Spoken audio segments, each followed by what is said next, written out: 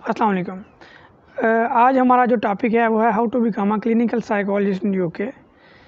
और इसके लिए सबसे पहली जो चीज़ ज़रूरी है वो है एक्रेडिटेड डिग्री, कि यहाँ की जो साइकोलॉजिकल सोसाइटी है, ब्रिटिश साइकोलॉजिकल सोसाइटी, उससे अफिलिएटेड डिग्री आप अगर कर रहे हो या की हुई है तो उसके बाद ही आप यहाँ पे चार्टर्ड साइकोलॉजिस्ट बन सकते हैं या प्रैक्टिशनर साइकोलॉजिस्ट बन सकते हैं।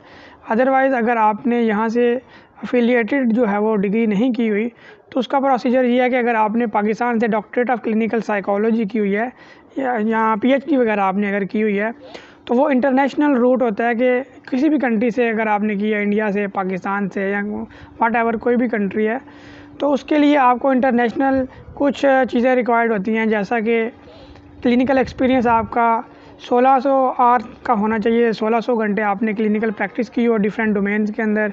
उसके बाद आपके पास एक्सपीरियंस हो। ये जो 1600 आवर की रिक्वायरमेंट है ये सिर्फ डिग्री की रिक्वायरमेंट है, जो आपने डिग्री इंटरनेशनल जो है वो की हुई हो।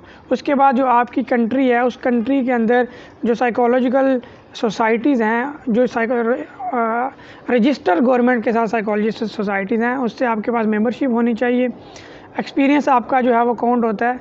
तो जब आप वो सारा एक्सपीरियंस वगैरह, मेंबरशिप वगैरह और डिग्री जो है 1600 आवर जिसके अंदर प्रैक्टिस हो वो आप लेके यहाँ पे आएंगे, फिर आपको एचसीपीसी रजिस्ट्रेशन के लिए अप्लाई करना होगा।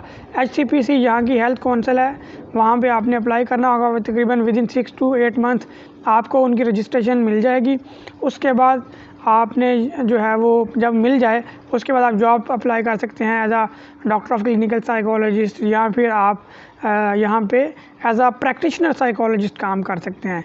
लेकिन अगर आपने यहाँ पे आके आपने एक्रेडिटेड डिग्री की हुई है, मास्टर किया हुआ है या ग्रेजुएशन की हुई है यहाँ से, तो चार्टर्ड साइकोलॉजिस्ट आप बनते हैं, आपको बीपीएस की मेंबरशिप मिल जाती है। मेंबरशिप के बाद आपने क्या करना होता है, आपको 1 ईयर एक्सपीरियंस रिक्वायर्ड होता है। 1 साल का एक्सपीरियंस अगर रिक्वायर्ड है, उसके बाद अगर आपने पीएचडी में एडमिशन लेना है या आपने डॉक्टरेट में एडमिशन लेना है तो उसके लिए भी आपको मिनिमम 1 साल का एक्सपीरियंस चाहिए होता है। 1 या 2 पब्लिकेशन चाहिए होती हैं और आप जो हैं वो एडमिशन ले सकते हैं। जब आप उसमें एडमिशन ले लेते हैं डॉक्टरेट के अंदर, तो उसके बाद आप जो है वो आराम से प्रैक्टिस कर सकते हैं यहाँ के अंदर, यहाँ पे।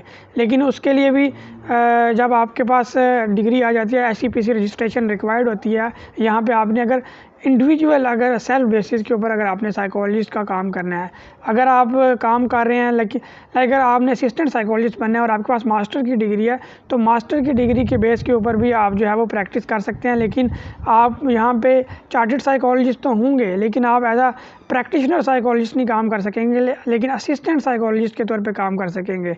उसके लिए भी एक बेस्ट तरीका कार ये हो सकता है कि ड्यूरिंग डिग्री अब यहाँ पे कोई मास्टर का स्टूडेंट है, एमएससी साइकोलॉजी कर रहा है और उसको चाहिए कि हेल्थ केयर का एक्सपीरियंस ले ले ड्यूरिंग डिग्री ही, स्टार्ट में ही health care assistant, sport worker assistant या सोशल वर्कर असिस्टेंट की जॉब करें। जब 1 साल का आपका प्रैक्टिस एक्सपीरियंस हो जाएगा, उसके बाद आपके पास एक्रेडिटेशन जो डिग्री है वो बीपीएस से वो आपके पास होगी। उसके बाद जो है वो आप एनएचएस के अंदर डिफरेंट काइंड ऑफ जॉब जो है वो अप्लाई कर सकते हैं एज असिस्टेंट साइकोलॉजिस्ट। जब आपके पास असिस्टेंट साइकोलॉजिस्ट की जॉब आ जाएगी, उसके बाद आप जो है दोबारा से अगर आपने प्रैक्टिशनर साइकोलॉजिस्ट बनना है, डॉक्टरेट की डिग्री कर लें। डॉक्टरेट की डिग्री करने के बाद आप एचसीपीएस के लिए अप्लाई कर सकते हैं, एचसीपीसी के लिए। और एचसीपीसी जो है बेसिकली यहाँ की जो मेडिकल काउंसिल है, अलाइड हेल्थ काउंसिल, वहाँ से आपको रजिस्ट्रेशन मिल जाएगी। उसके बाद आप इंडिविजुअली प्रैक्टिस कर सकते हैं। तो अगर कोई फिर भी इंफॉर्मेशन रह गई हो आप कमेंट कर सकते हैं, इंशाल्लाह उसका मैं आंसर कर दूँगा।